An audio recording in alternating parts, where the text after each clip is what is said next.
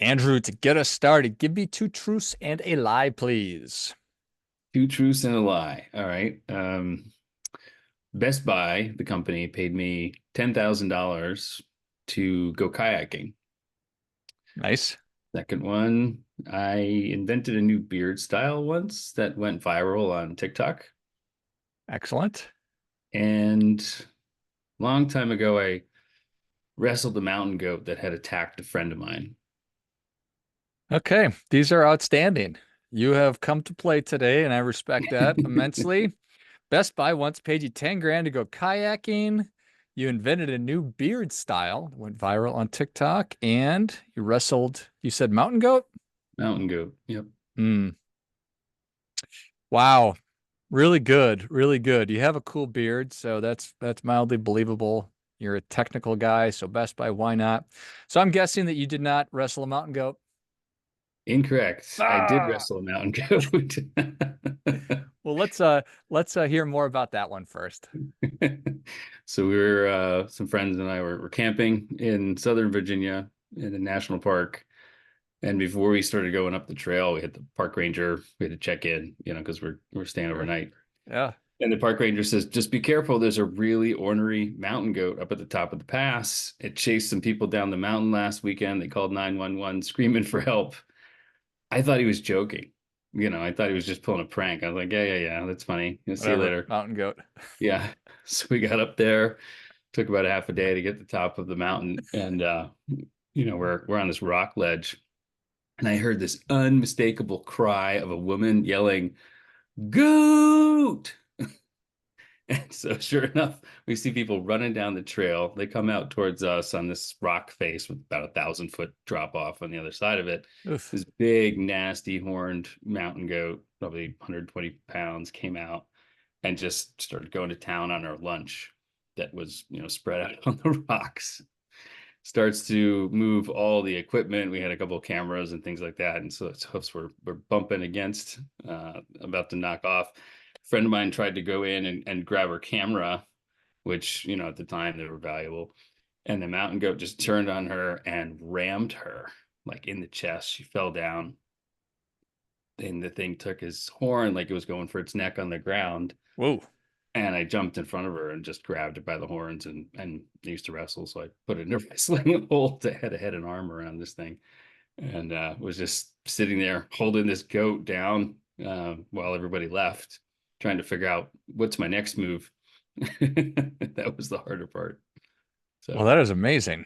yeah, it was Reminds me of interesting. that scene from Dodgeball where Wit or whatever his name, White Goodman, he's got the painting of him taking the bull by the horns.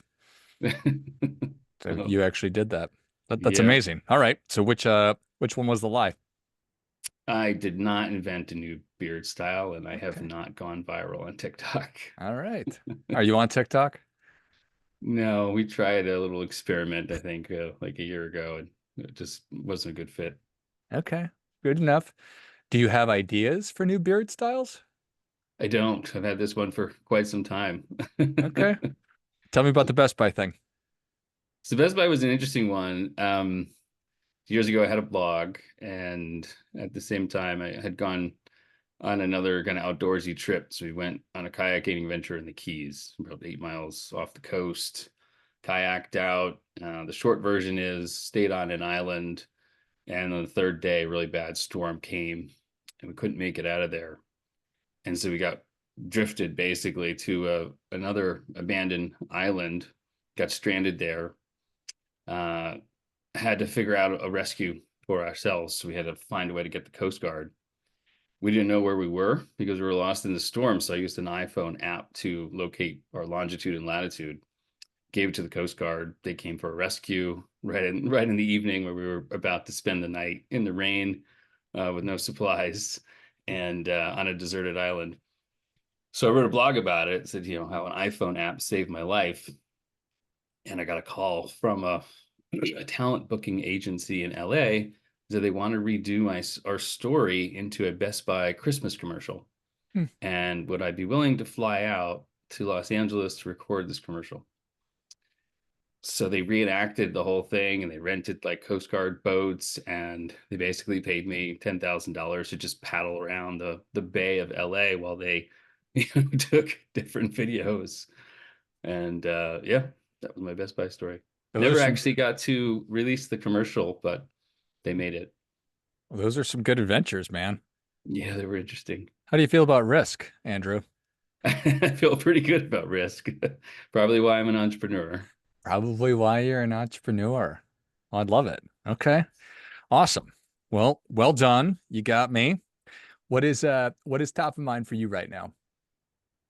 I would have to say the election, presidential election is definitely top of mind. I don't hear a lot on either candidate addressing the national debt. So it's concerning that this is just going to be another can kicked until that can becomes a stone wall.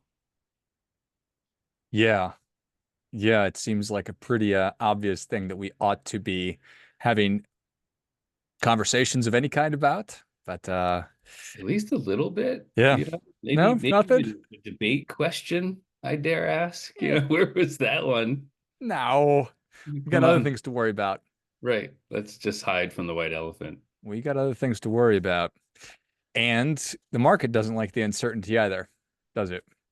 Better to talk about eating cats. Yeah. Better to talk about eating cats. So, uncertainty, risk, all these things.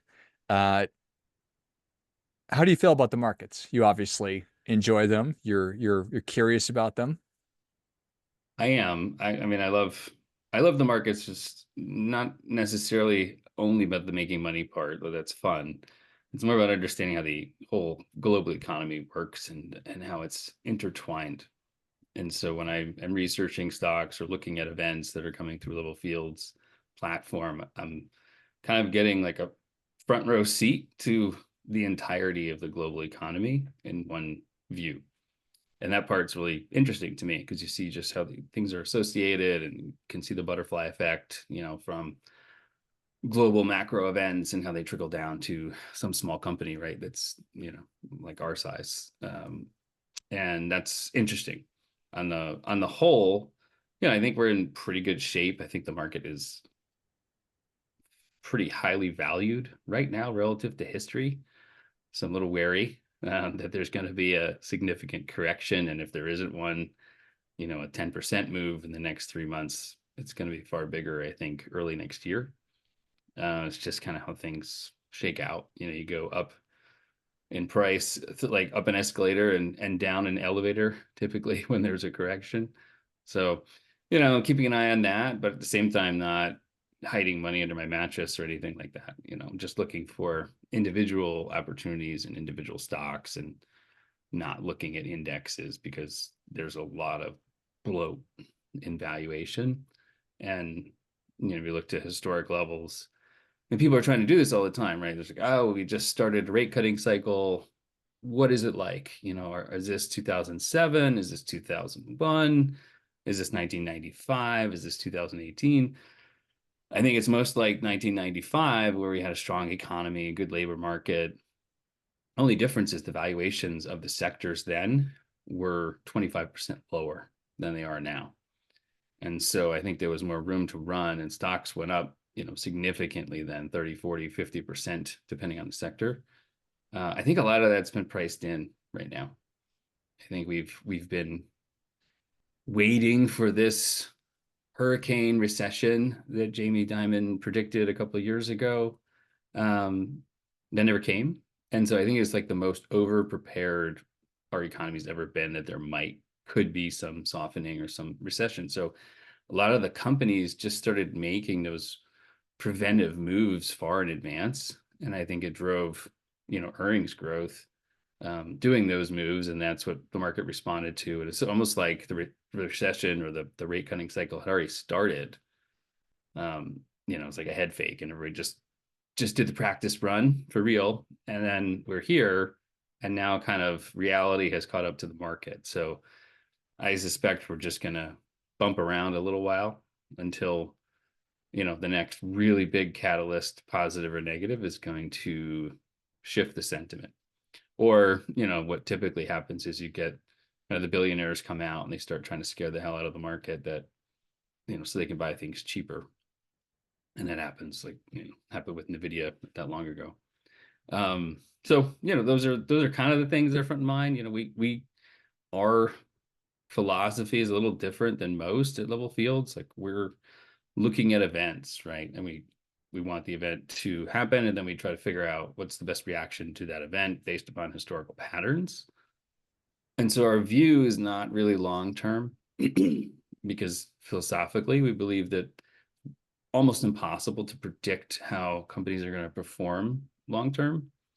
You see all these kind of clickbait, stupid headlines out there that are, just give me $20 and I'll tell you what the next Amazon is going to be, or this company is going to be 3 times bigger than Nvidia.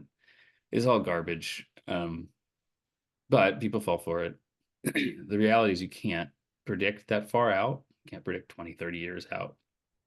And companies certainly go through really big economic cycles. I mean, Amazon almost went bankrupt. Apple almost went bankrupt. Now look at them. And so you see these boom and busts. GE, in 2002 was one of the largest company on the planet. And if you held for 20 years, you would make zero on your money. It's finally starting to break out. Now they pull it into a bunch of different pieces.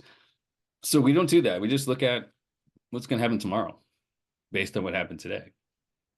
What's going to happen the next week, 2 weeks, 3 weeks out, 6 months out, sometimes 12 at the more extreme levels.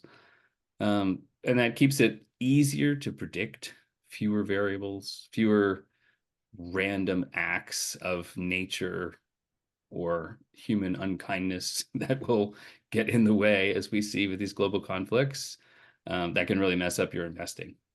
So, if you're like most people and need access to your money, having it 100% invested in an index that could collapse at any moment based upon, a rogue missile from a rogue nation, or another pandemic, it's hard, So kind of coming in and out in the market, having some long, some short-term investing, some cash, take advantage of events when they occur. That's kind of our method and our approach.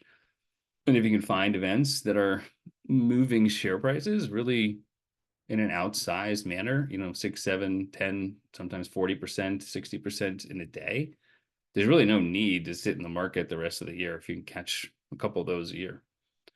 Most people sit there for a year to get a 7, 8% gain, maybe 9, when that could be accomplished in a week or less. Just look at Constellation Energy's stock today. One announcement from a Microsoft deal, and they were up 25%. And yesterday they were up too, and our system kind of noted some irregular activity, breaking out of the trading pattern.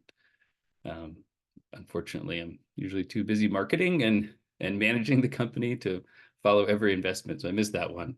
But some of the options traders, that use the system, they definitely benefited from it, because man, the option contracts that were expiring today were like 27,000% increase. It's just crazy. Wow. All right. So you have a love of the market and obviously technology, and we're looking at different events and taking a shorter term view versus a longer term view, and looking at um, individual opportunities versus indexes. Who did you make this for?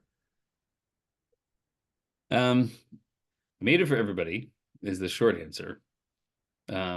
We just felt that it was an unfair advantage that some of the large firms had over an individual investor. And when you have, hundreds of, if not thousands of analysts working for you, like a Goldman Sachs, you can accomplish quite a bit of monitoring of the market, of looking at the millions of filings and reports and news articles that are out there. But if you're an individual, you can't. You can monitor maybe 30, 40 stocks. And that's probably at the extreme of what most average people are willing to do. And it's unfair because you don't have access to 99% of the market. I mean, just in the US, there's 6,000 equities. So if you can only monitor 30 or 40, you're missing a lot of opportunities. again and again and again. And, we started to see, particularly living through the last 4 years, where events were really driving our entire society, whether it be COVID or political events, right? New elections, policy changes, weather changes, anything, riots, right? Unrest and protests and strikes. All these things were really what was driving kind of the public narrative, driving reactions in the markets. But there's no data set to sort of tell you how these things normally go.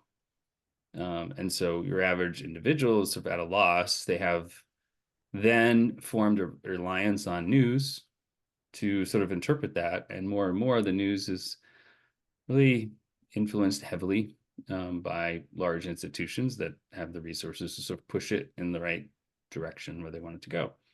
So we wanted to kind of even the playing field, hence the name LevelFields, and give every individual investor the same kind of technologies and the same kind of opportunities that you would get if you had much larger resources. And the equalizer to that is artificial intelligence.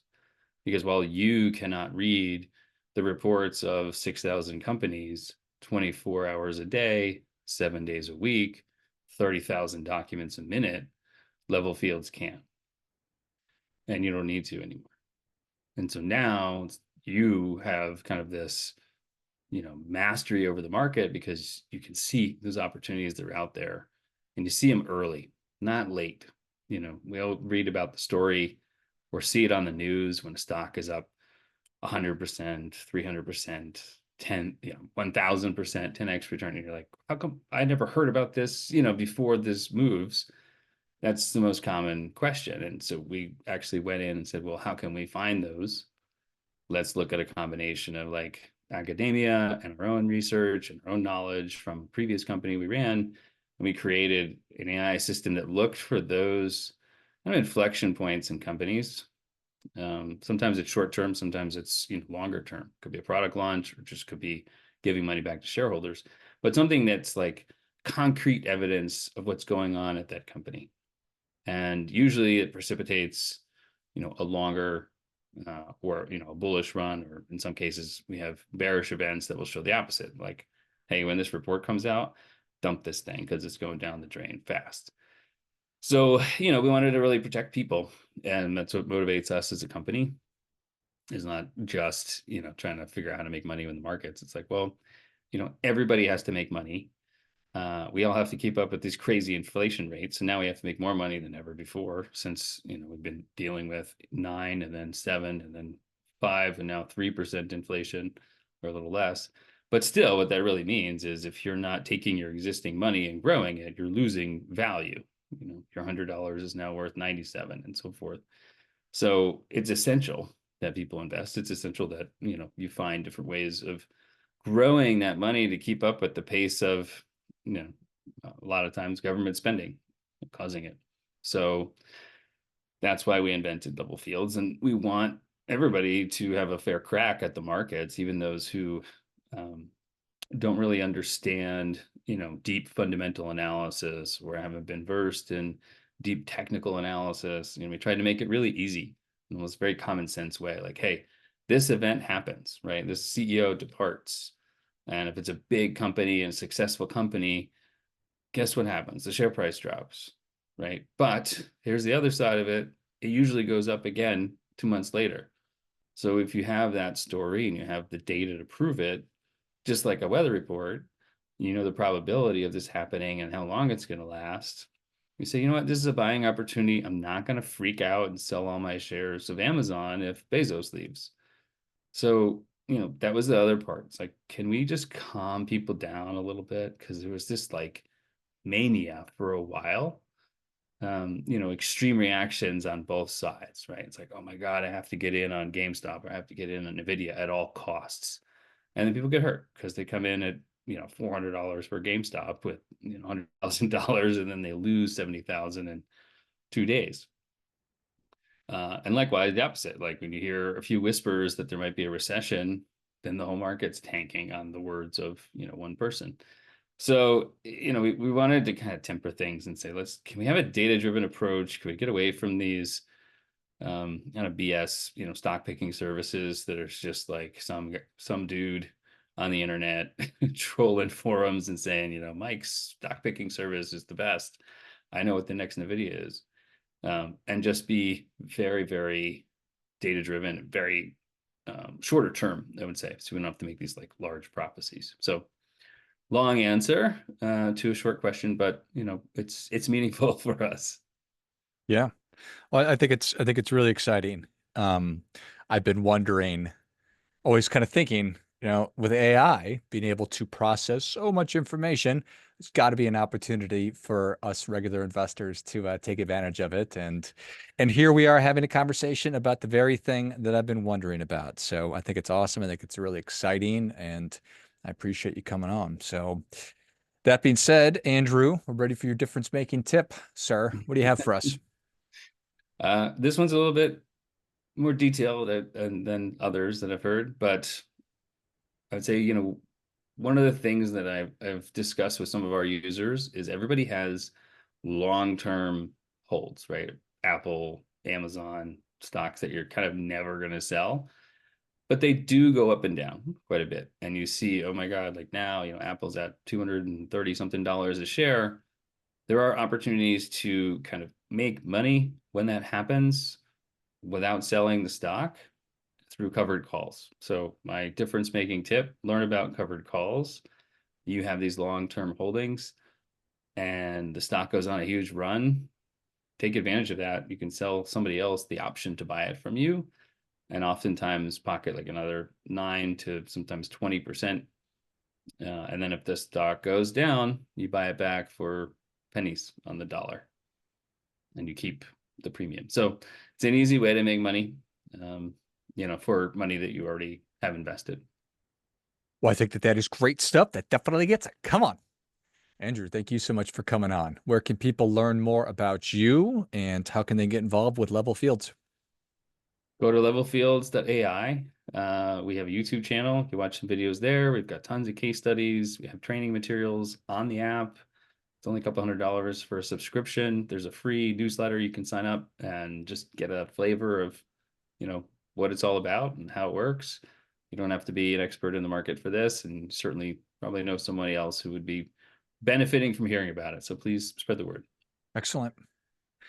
Well, if you enjoyed this as much as I did, show Andrew your appreciation. Share today's show with a friend who also appreciates good ideas. Go to levelfields.ai and check out everything that Andrew's been talking about today. Check out their YouTube channel and all of the educational and training materials, because I know that the markets and AI can be confusing places, but they've done such a great job of distilling it down and making it actually usable versus just an unlimited amount of information and stuff. So I appreciate that very much. Thanks again, Andrew. Thank you. Appreciate it. Finally, friendly reminder, there's never going to be anybody more interested in your financial success than you are. So act accordingly.